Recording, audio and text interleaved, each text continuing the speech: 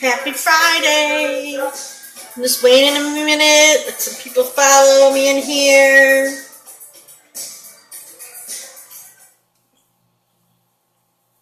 Good morning. Good morning, Karina. I'm going to get in here and share it out myself.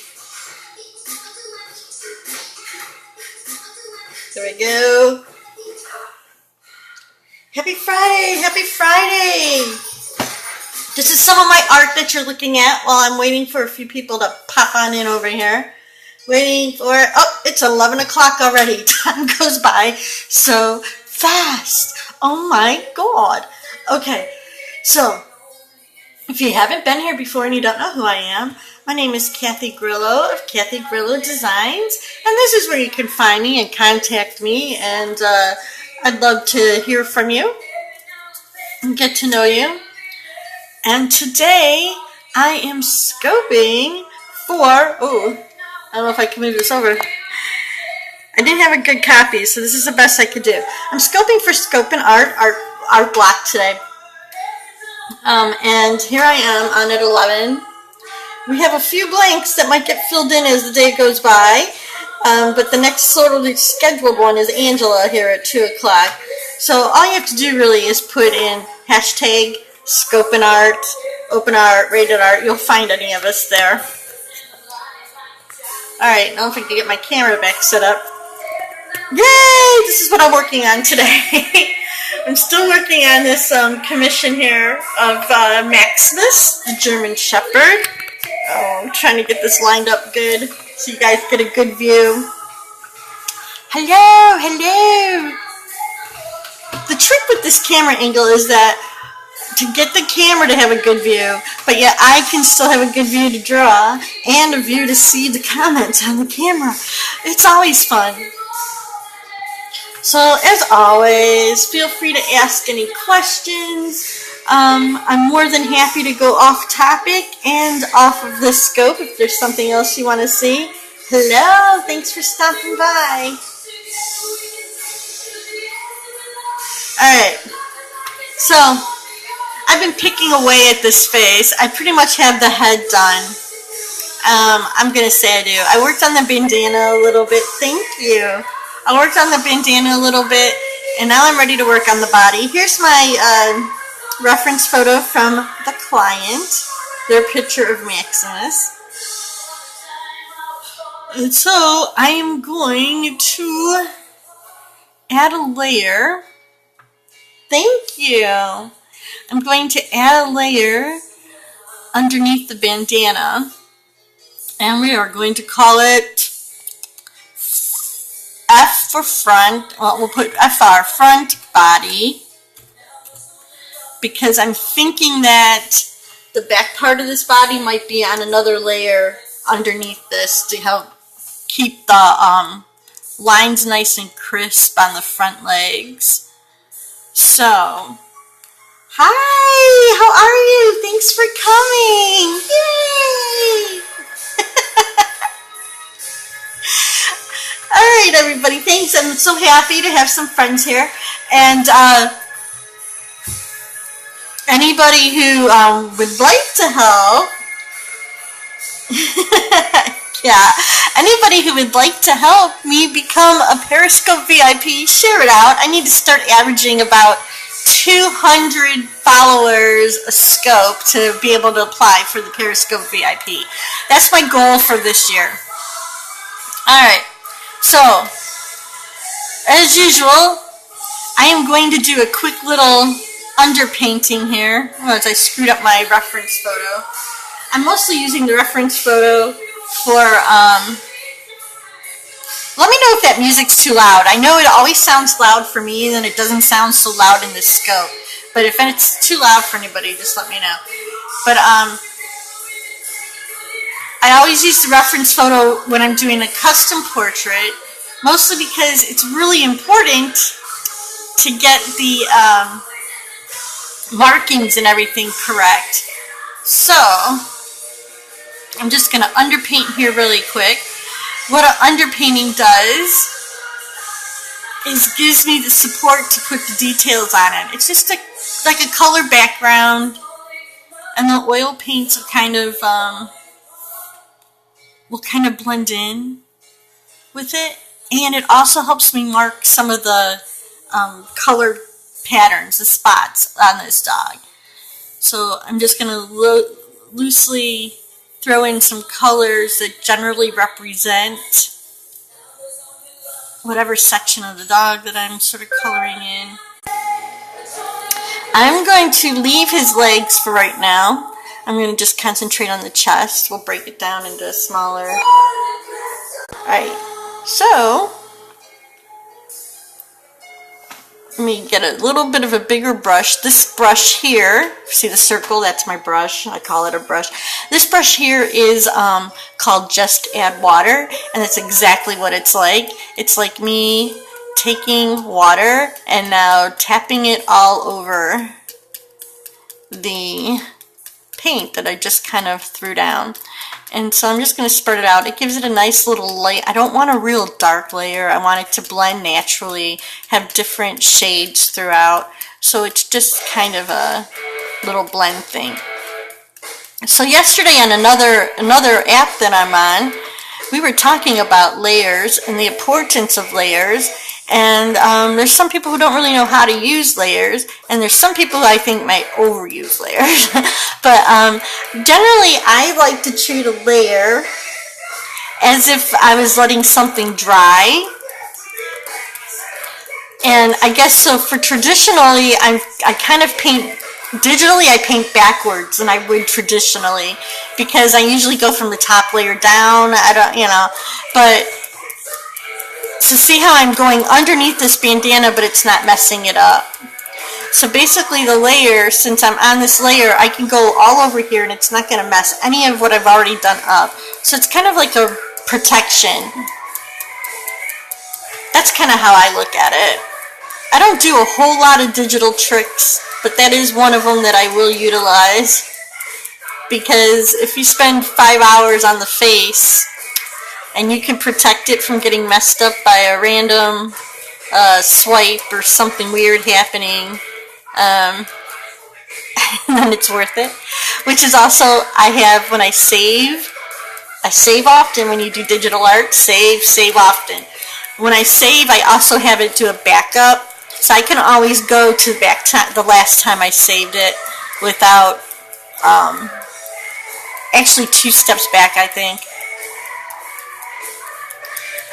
Because I've learned that lesson of working on something like for 5 or 6 hours, and then some weird digital glitch or something happens in the program from the memory or something totally random, and you can't really go back and fix it because it's not, you know, like this is a very big program, and sometimes it'll get like pixelized once in a great while, and that's a memory problem with your computer, or if your computer crashes or something weird. And then you just lost like that whole 6 or 7 hours that you went on, and you just sit here and scream and like pull your hair out.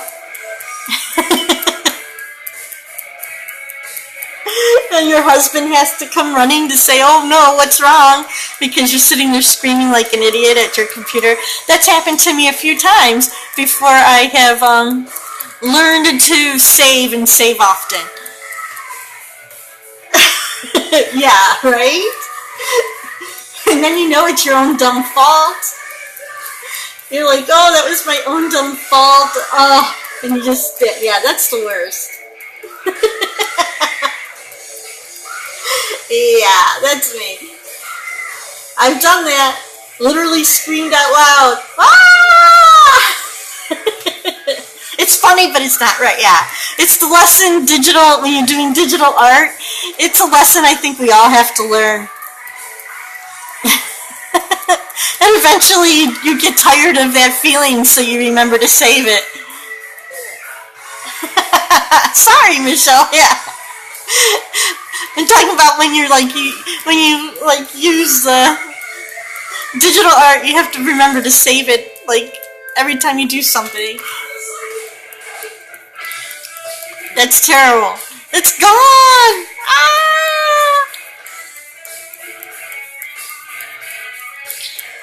Ah! Sometimes it works out good though, because there have been times where I've had to totally restart and it's come out like 100 times better than it was originally going in the first place. But yeah, Corel Painter, which is what I'm using, Corel Painter is a big hog, which is why my computer that's in my studio here, that's all that's on it. That, Facebook, and just files of saving my art and everything. I do not have like any other like bunch of stuff on here. It's very basic, and my program on here. And even then, it's still kind of sometimes doesn't fully like how much memory I have. And then I have to like transfer stuff out and save them on a disk or something. Alright. So another thing I like about the layers is I don't really have to worry about it keeping this nice, like getting right to the edge. I can just kind of freely flick around under here to get the direction of the hair that I want started. Because I'm not worried about messing up this bandana. If my thumb stops hitting the button on my pen, it'll be good. Did you? Yeah, I think I have. My husband's like a computer techie guy. He does stuff and he'll come in. Actually, I have to ask him. He backs all my stuff up. He's so sweet. He does it on an external drive. I think there's a separate drive somewhere, and he just saves my stuff on it. Yeah.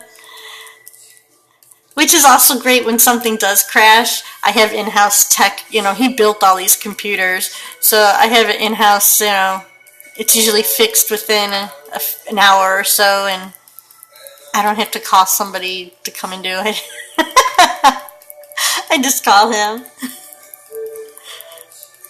It's not what he does for a living. He's just, thank you so much.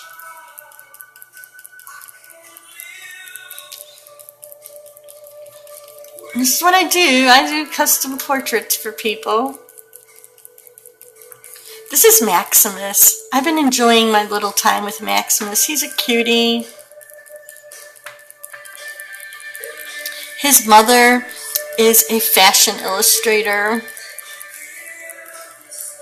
So basically I'm just starting these layers, and I'm not paying too much attention to them, so it is a great time to chat with you guys and answer any questions you might have. I'm just kind of getting the flow of the direction of the hair right now. And sort of the colors. There's a bunch of colors in here, but dog's chest hairs kind of go to a crease here in the middle. So I'm just kind of developing it. And this is digital oil paint, and Corel Painter has done a wonderful job of recreating how traditional mediums react. And so these paints will build up layers just like I would have to do if I was really oil painting, and they'll also blend with each other after I am done painting for a certain extended time. Yeah, it is pretty cool. It's not just like a solid color. They'll blend in together. I usually like doing this demo. Hang on, let me make a bigger mark. Bigger brush. I'm gonna make a bigger brush for a second. Meow! Okay, so see my brush over here. As I put the paint down on the paper, when I stop, it's going to slightly blend into the paper. So if I do it lightly, it's going to be blending in. And then the more I do, the layers will build up, and the darker the center will get. And then say if I come in and I pick up the white, and I put a white in the middle, see it's white, and it starts blending in. And this blender brush that I use, it's called a wet blender brush, so it'll blend naturally as I paint. And so you have to build it up in layers, but they'll blend in together. And then when I use the water blender, I can smear it out, and it kind of feels almost oily, like it's slidey. And they blend together. So it's pretty cool. And then my favorite brush, the eraser. So, and then there's watercolor settings that they'll all run together like watercolor, and then you can wet the whole layer. Those really hog your memory though. I don't do too much digital watercoloring yet because I think I still need more memory on this computer. No, I need it. Oh, look at Halo is here. Halo, thanks for stopping by. I miss it. Sounds like fun. It is fun. I have done hi. I have done scopes where I have gone through like all the mediums and played around with them. It's pretty fun. It's just I hate when my computer really gets laggy. Some of the mediums make it a little laggy still, so I think I need to up my memory. But that probably won't happen until after Christmas. Just saying. The memory print. Oh, thank you. That's so sweet. You're always so busy, so I know what that means. That means a lot to me, so thank you.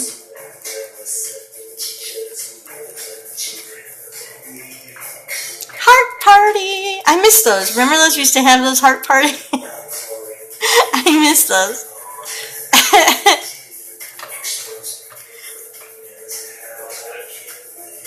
Oh yeah, he spoils me. We don't usually get each other Christmas gifts. He got me this for Christmas last year though, so that was a big surprise. So I'm not expecting anything like that this year, but after Christmas, you know, I do have an Amazon wish list that he has access to, so. So, hint, hint. Yeah. If you ever feel like being nice, babe, just check out my little Amazon list and you'll know what to bring home for me. Yeah, he's awesome that way. So, you should see the layers slowly build up. I think this brush is still a little too big. Oh, I dropped verbal hints too. But he's really good at listening. Like, I don't say, I want you to buy me that. I don't say that. Like, when I wanted this digital program, literally I saw some people actually on Periscope doing digital art. And I was like, all I said was, oh, that's kind of interesting. I bet that'd be fun to do. And that's all I said. Totally didn't expect it. I didn't tell him what to buy or anything. He went and did the research and bought it for me. And he got me this and the Intuos Pro tablet and said, go get them. So that was pretty cool. Yes, he is. Yeah. He lets me be my crazy art self. And he does all the financial, logical stuff, and I do all the crazy art stuff. He lets me be a kid, mostly.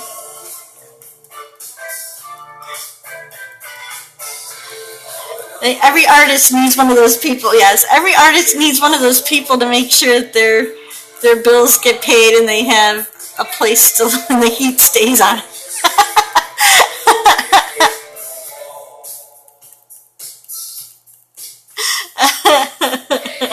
Right?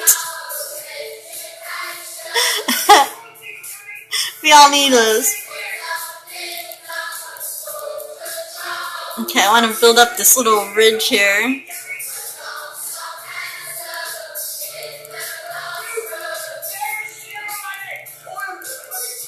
So, if you know anything about shading, we all know that light brings forward, dark recedes. So when you're trying to turn a shape into a form, you need to use your shadows to do that properly. Now the problem I'm having is actually my model.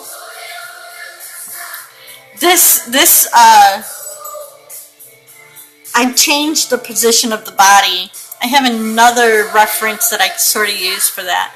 So I'm just really copying where the colors are and trying to imagine in my head how those marks would move into the position that I have this dog in. So I'm hoping it'll be realistic enough for the owner, and she'll let me know, I'm sure, if it's not.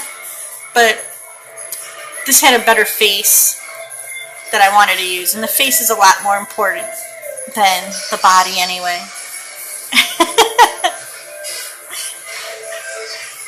So once I get the face done, I kind of breathe a sigh of relief. I'm like, oh, okay, the face is done. Right. So once I get the face done and it seems right, I always breathe a sigh of relief. And yes, it is. I always start with the eyes first too, and then the rest is just kind of like, all right, I know I'll get the body. Might have to pick on it here or there, but it's mostly just putting in the time and making sure you get like the muscle structures and stuff right.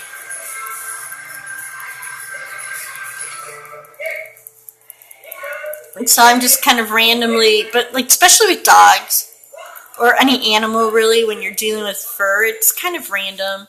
You don't have to concentrate. Actually, you don't really want to concentrate too hard, because if you concentrate too hard on where every single hair goes, it is not going to look natural, because hair does not go in even straight lines. Even when it's cut, there's little flicks, little, stray hairs, and some are darker, some are lighter. So it's always, we're not creating a static pattern here. You want them all to blend in naturally. You're just going to have to flip them around and build up the layers. And honestly, there really isn't a big shortcut to it if you're going to do detail like this. You need the small teeny brush. I don't know if you can see that dot. That's the size of my brush here. So, hi, thanks for joining. And it's just a billion little strokes to build up the color that you want and have it blend in right. And you see I'm just flick the lighter color into the darker color and the darker color into the lighter color. And we will build them up. And sometimes I smooth them out a little bit because they're too liney. And we'll have all sorts of colors in here. There'll be whites, browns, beige. It's, yeah. You see how it starts blending in. That's right. Which, if you're a traditional painter, which I never took classes for digital art. I don't do a lot of the comic, anime type art.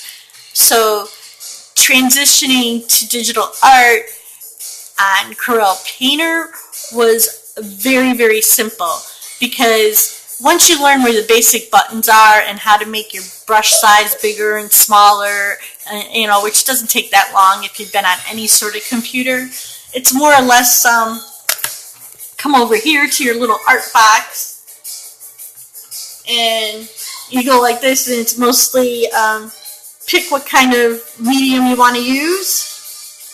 So you go down and you pick whatever medium you want to use. I have like a whole entire art store here. There's the real wet oils, real watercolors, whatever. And then once you're in there, you pick what kind of brush you want to use. And I mean, you could go crazy. There's all sorts of different brushes. Whoop, whoop, whoop, whoop, whatever you want to use. And then you just start painting. You pick your colors and paint away. And you learn the basics of like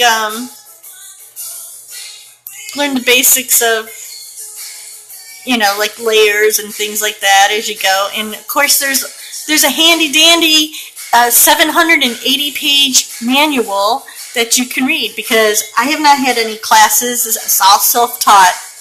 I just got on here and started playing with it and taught myself. And I don't think I've ever even used YouTube videos because they were too confusing. Put it that way. Nobody on YouTube sits there and says, this is where that button is, and this is where you look. They just like go really fast. And I click and I'm like, well, where is it? Where's that button? I don't know where it's at. So I just started reading through the manual. Yeah, I just started reading through the manual and trying all the techniques and things out, and then what I use and what I don't use. I'm only on like page 400 something. Thanks for inviting everybody, you guys. I really, truly appreciate it.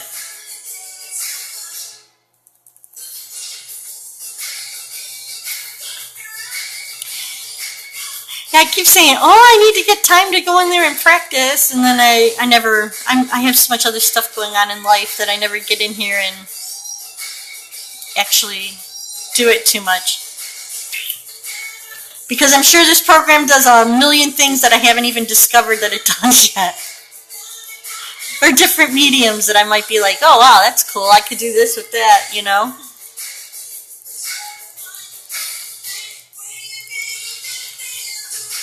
Alright. I want to start developing. There's a nice dark crease here.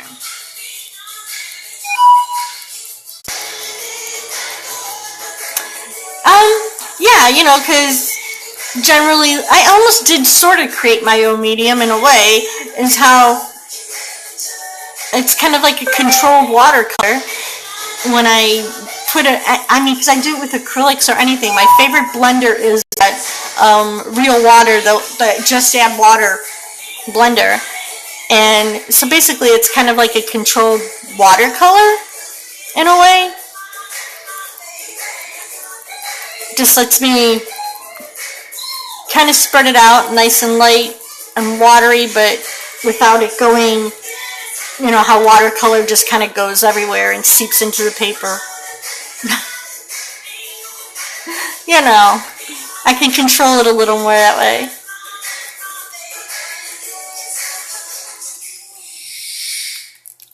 But that's what I would, anybody who does digital art, you get out there and experiment, try different ways, try different techniques, and you never know what you're going to find out. Alright.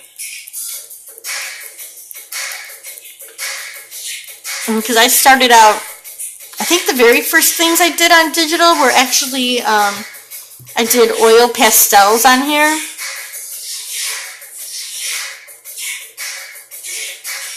And I think I did like acrylics, and I kind of came to the oils by just playing around one day, and I painted a flower, and I really liked the way the oil paint setting blends nicely, because I like nice smooth blends for the most part. Slow, gradual blending. And so what the oil setting on here does is gives me a variety of blend. Like in some parts it'll be light, some parts it'll be dark, and it does that without me needing to do every little bit of it. I'm still sort of underpainting over here. I'm trying to get this little shadow that I can paint over. So right here by where the leg is, it's going to be a little darker. So then when I paint the light on top of it, and now I'm not worried about going outside of the line, because I'll go like this when I'm making my hair on here, because before I paint the leg, I'll come back and go like that. This leg might actually get put on a separate layer so I could show the hair. I don't think I'm going to though. I'll probably keep it on the same layer.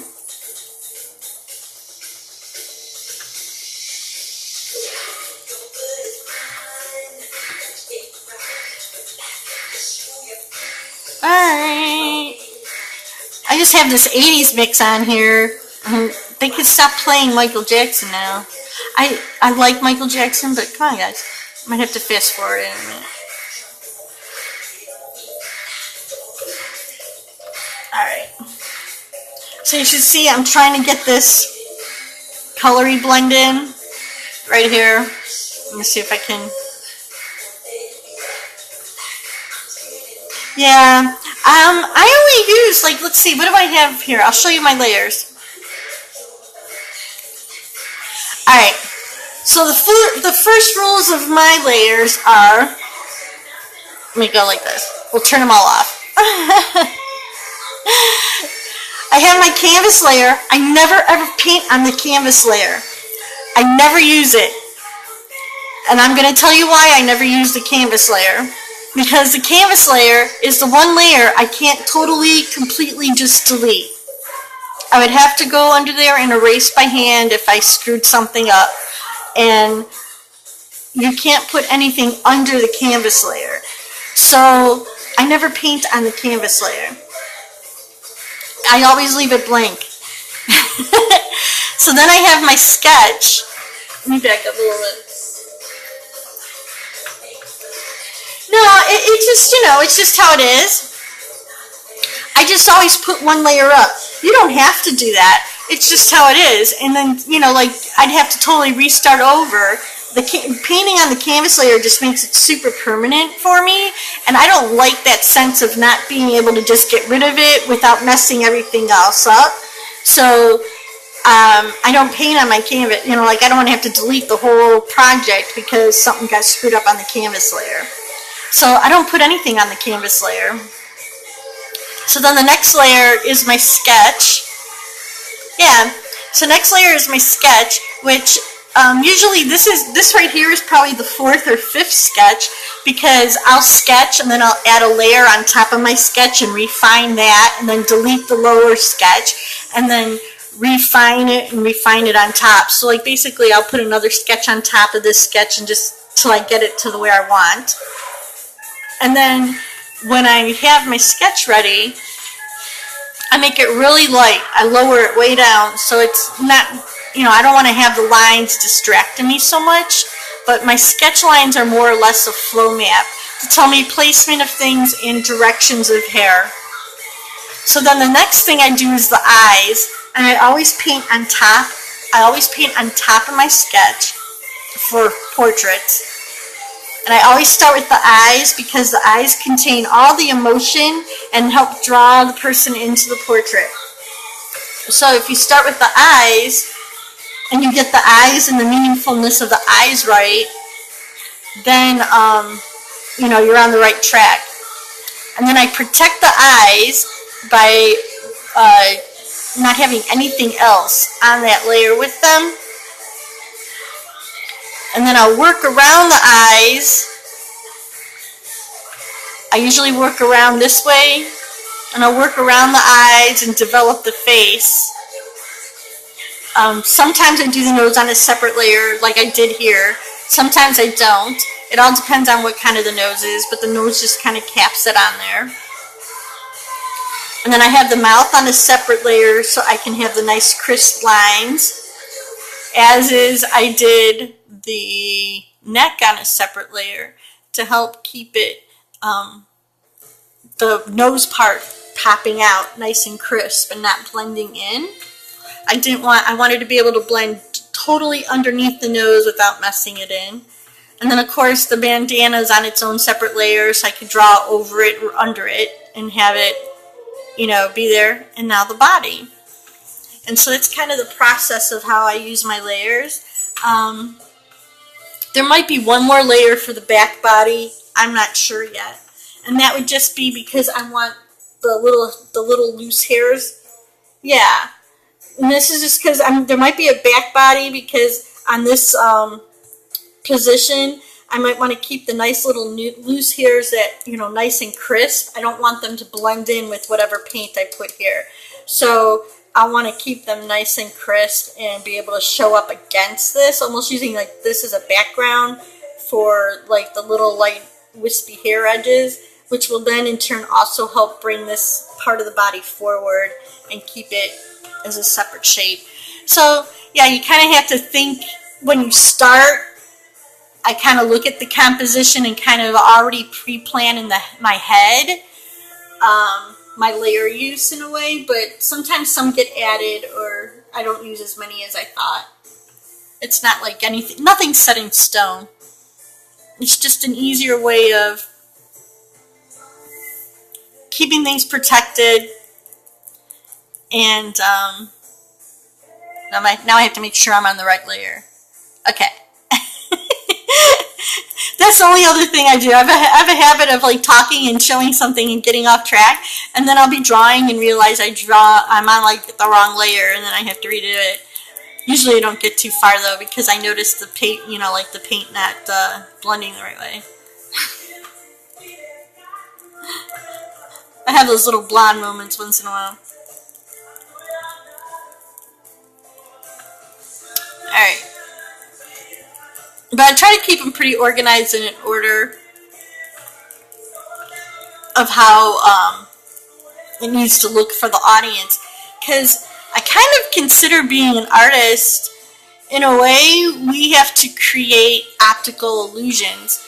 So you need to know, yeah, right? You need to know how the eyes work and how they're going to be viewed and seen, which is also, I like looking through the camera sometimes too, because it always looks different. But you're creating an illusion. You need to create the illusion of a flat, one-dimensional space looking three-dimensional. So, if that's your goal. So, you have to keep that in mind as you're painting, that you might not always paint something exactly the way it is, because you know as an artist that that's not going to read right. So sometimes you have to take that artistic license and paint it the way that you know is going to be interpreted by the human eyes and brains the correct way. So there's little tricks about that, and it's mostly shading with your lights and shadows. Like you might go a little darker or a little lighter with something simply because you know that it needs to pop off the page a little bit to create the dimension, or you need it to be a little darker than what color that hair is to make it the right way. So that's another thing. If you're trying to paint realistically, don't be afraid to kind of do what you think you need to do to get the effect. The only thing that really matters is the end result. The journey on how you get there is up to you and your style and your techniques. I think one of the worst things I hate about doing digital art is when people try to say I'm cheating, which is kind of why I like Periscope, because people could see that I'm actually painting every single brush stroke here. But, right. I don't think in art there is any cheating. Even like the people who do digital stuff and have the tricks, if you know the knowledge and the skills to do things, I think it's just another tool. And if you're still creating I think the only real cheating is if you totally just blatantly copy and paste somebody else's art and say you did it and you're trying to sell it. I mean, other than that, you're just using tools that are available to you. Even people who use a light box to get a basic shape or some sort of image, you might do a little bit of tracing. You still have to paint the tracing to look real. You can't, it's not going to appear. Tattoo artists use light boxes. Leonardo da Vinci used a light box. So, he used projection in a way. It wasn't really a light box, but he used projection in a way for some of his paintings. So it's just if you're smart enough to use it, I say go for it. But a lot of that video game art and anime art, and, they have all those little fill tricks and.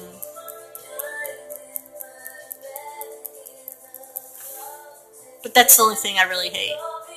Oh, you're not a real artist. Well, come watch me paint. I am a real artist. That's what I say. Come watch me paint. Right. Yep.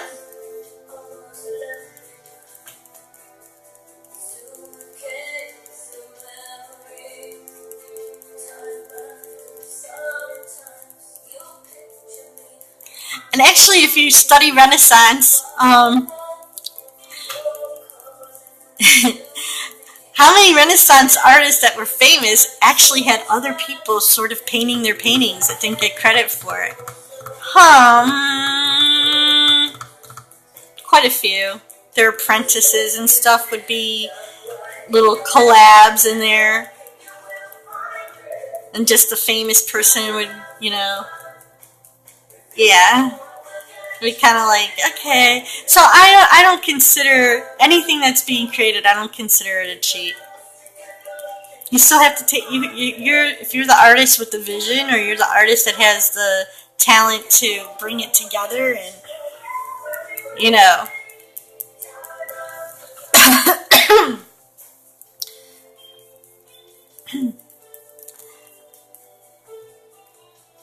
that is true. It is true. You'd have, the masters would have, half a dozen apprentices that they thought were talented artists, and they would teach them their ways, and those apprentices would help paint on their projects that were assigned to the artist, and eventually then they would also do some of their own work and get their name known. And that's how that system worked. So some of the great works of art that are credited to certain masters are not entirely that person's, right. It's not entirely their project.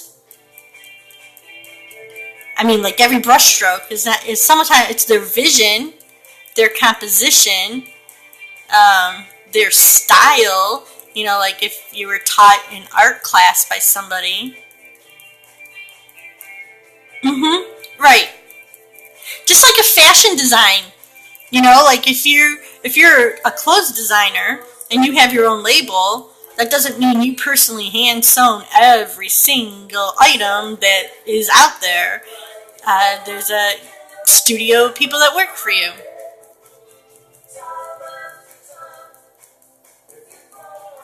Yeah.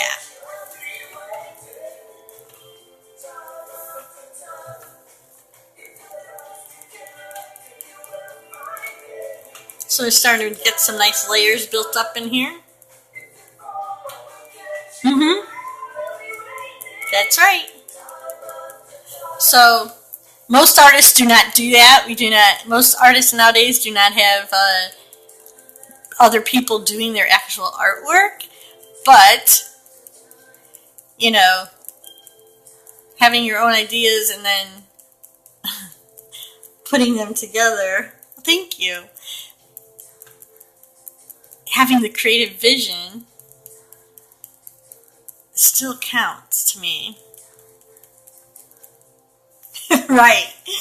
There's not enough people begging to work for us and give you the credit, right? I mean, it's kind of, in a way, though, if you think about it, like, if you belong to, if you belong to an art group, like, I belong to a few art groups, and we do these little art scopes, and that art group supports us, and we support each other, like our little art families, and they support us, and we share each other's names out on social media, and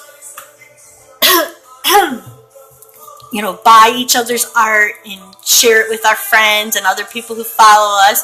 It's kind of the advantage of being a member of a group. If you participate in the group and show support, and then they support you, it's kind of that same little, like, hey, we all belong to the Scope and Art group, or we all belong to, LDCC, which is my other big one that I work with, or, whatever it is. Yeah. And I've been finding that, social media is a big thing. Like, the internet is huge, but it's also a pretty small little community. Once you get out there, you're going to be finding, especially if you're an artist of any kind, whether you're a musician or visual artist, or you'll end up running into the same people all the time out over, in Twitter and Instagram, and The more friends you have, the more support you'll get, and the more exposure you'll have, which for any artist, exposure is a great deal. And my other tip would be is just to be yourself, because if you're not, people are going to find out really dang quick if you're a big fat phony. Yes. Yep.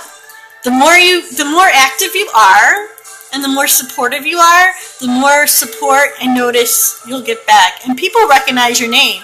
Like, the weirdest thing that's ever happened to me is when I randomly went into somebody else's scope that I didn't really know. I did not know this person. It was just like an art person, and I went into their scope. And then they noticed that I was in there, and they got all excited that I was in their scope. And I'm like, who are you talking about? No, I don't speak Russian. Sorry. But I was like, who are you talking about? Are you talking about me?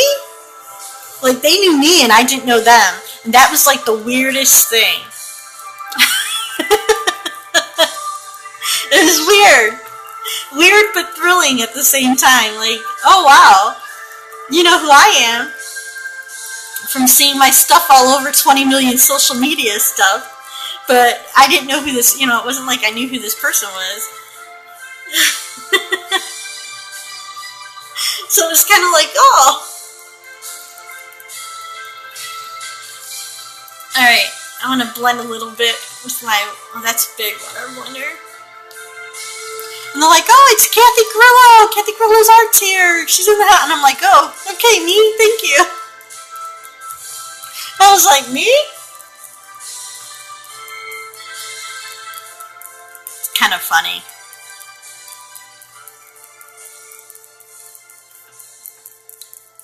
Kind of funny. But I'm always, I'm pretty accessible. Did you know what they were saying? Thank you. Is that why they asked if I knew Russian? Because I wouldn't know that they were saying bad stuff? Terrible. It's karma. It'll come back on them. I'm not too worried about it. Trolls used to bother me like crazy. Oh, trolls used to bother me like crazy. They don't bother me anymore. I either, in my own scopes. Oh, hi, how are you? In my own scopes, I would maybe debate. When I'm doing a scope for somebody else, I just ignore it.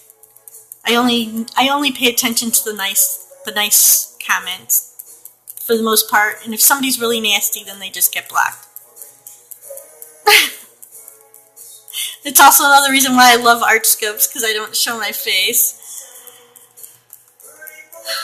I do not need that attention from those kind of people. And I figure if anybody really wants to know me or really wants to see my face, I'm not hiding. There's hundreds of ways to look me up and find out who I am if you really want to know.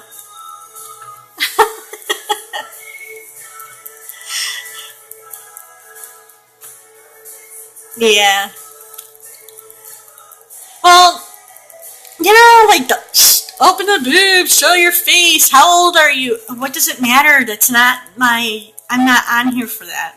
I'm on here to highlight art. So you either like to see what I'm drawing or you don't, and that's up to you. And that's how I feel about it.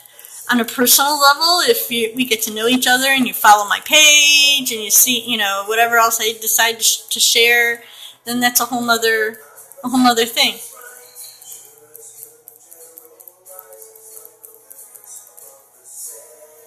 Right, I'm older than most of the people on here, and I'll admit it, because I'm proud to be old, because being old... Oh, this is Corel Painter 2017. I just upgraded from 16. Being old is better than the alternative. That's how I look at it. We're all getting older. If I wasn't older, I'd be dead, so what can I say?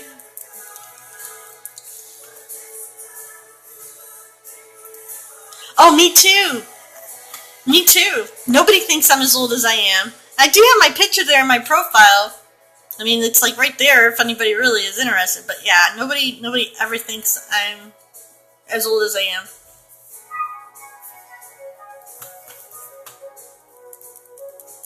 which is lovely.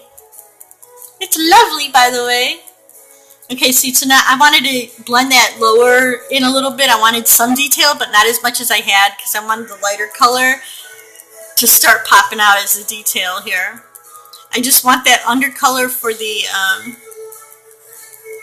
color of the body. Well preserved. Yeah.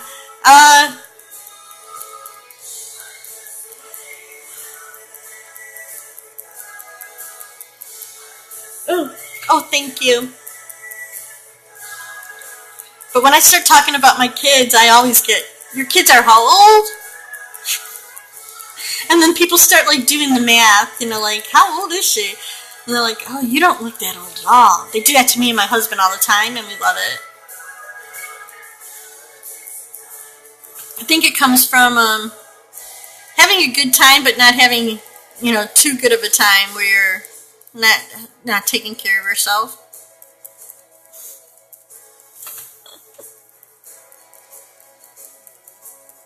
I don't take the best care of myself. Right now I'm trying to lose some weight. Oh, it's terrible. Right after the holiday, right around the holidays, right? But, so I don't keep secrets. I'll tell you everything about my life if you ask. Look at that. When I went to the doctor, my sugar level was a little higher than I liked. I'm not diabetic or anything, but I don't want to get there, you know. So now I have to watch. I'm not eating any of the good stuff anymore. You get to that age, you can't. Kids, I'm going to tell you right now, kids, enjoy eating all the crap that you can, because you get to a certain age and you can't just eat that stuff and enjoy it anymore. You eat it, and then when you do eat the crap stuff, you're counting how bad it is for you.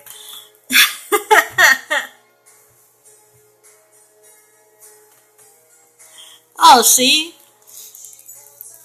Yeah.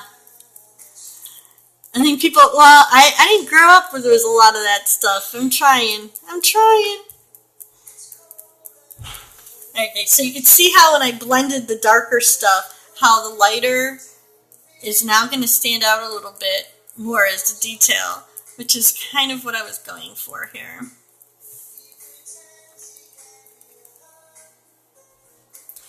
I'm going to say 5. It's been probably 6 hours right now.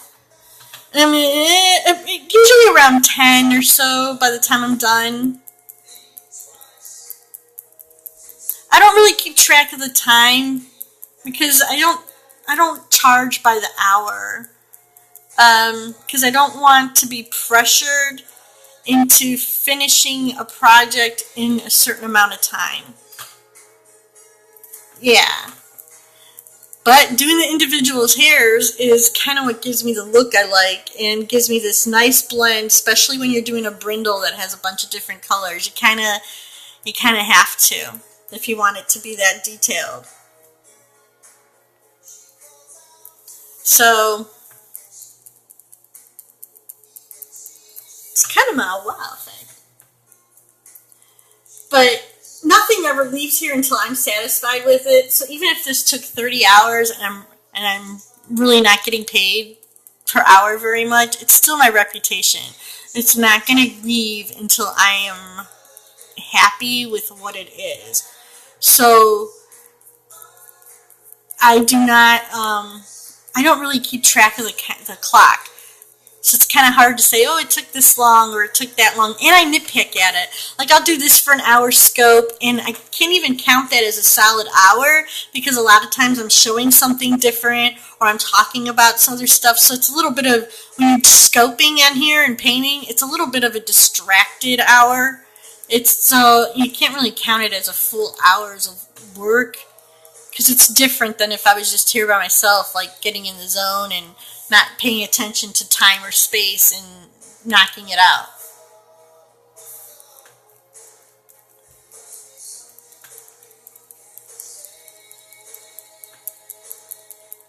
Which I will do on my own time, probably to get it exactly the way I want. Right. Yep. Different art, like I could do abstract people, you do a whole thing. I understand That's my fight here on Periscope, is that I might do 6 or 7 scopes working on the same subject maybe. I usually have 4 or 5 different projects going so I could switch and not be super boring. But I understand that people aren't going to be able to see from the beginning to the end. But then follow me. You know, I mean, I'm not going to compromise. I mean, this is what people are paying for, is to have a portrait done that looks like this. So I'm not going to compromise my time. Right.